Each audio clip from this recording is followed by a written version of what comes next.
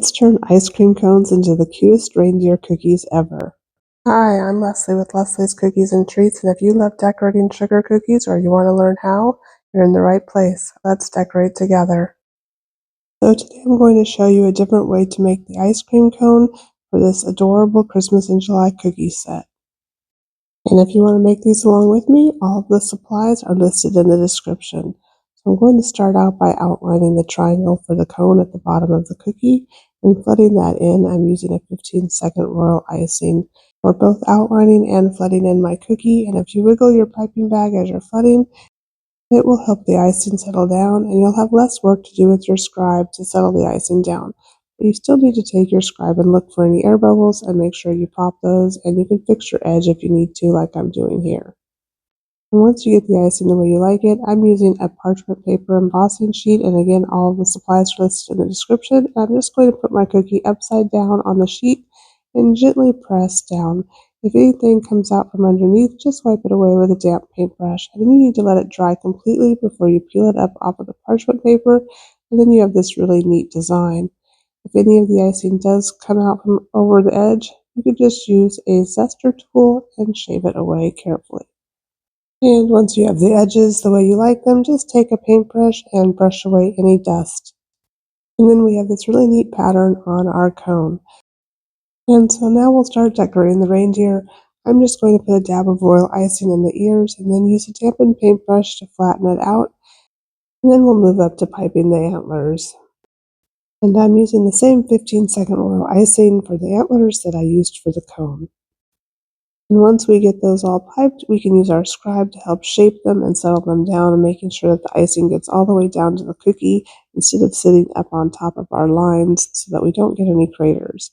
And then I set that aside to dry for about 10 to 15 minutes until the icing had crusted over before coming back in and outlining the ears with my darker brown royal icing, and I'll just use my scribe to settle that down. And I let that dry for about another 10 to 15 minutes, and now I can come back in and flood in the cone.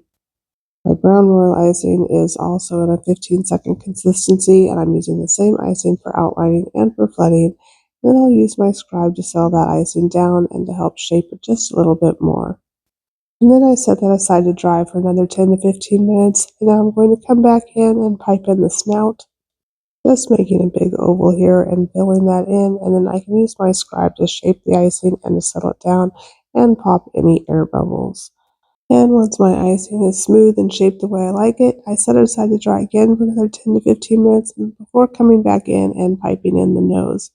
And again, using my scribe to settle that down. And then I'm going to immediately take my white icing and put a little highlight stripe right on the top of that nose. We're moving back down to the bottom of the ice cream cone and putting another layer right on top of the brown icing we already piped and flooding that in. You don't need to settle this down too much because we're going to go back in later and add some texture. So just smooth the icing out just a little bit and shape it the way you want it. And then I let my ice cream cone dry completely before coming back in with an edible marker, and I'm just going to draw in the eyes and the mouth, and then we'll add the texture to the bottom of the ice cream scoop. And to do that, I'm just going to put another squiggle of icing right over the top and then use a slightly dampened paintbrush with most of the water wiped off. Move that icing around and tapping up and down to make a nice textured look at the bottom of our scoop. And these adorable cookies are done. As I said, there's 2 different ways you can do the cone, and check out the other videos in the Christmas in July set for the other version of how I made the cones. And it would really help me out if you would drop me a note in the comments, let me know which Christmas cone is your favorite. And be sure to hit that like and subscribe button so you don't miss another cookie tutorial. Thank you so much for watching, and I'll see you next time. Bye for now.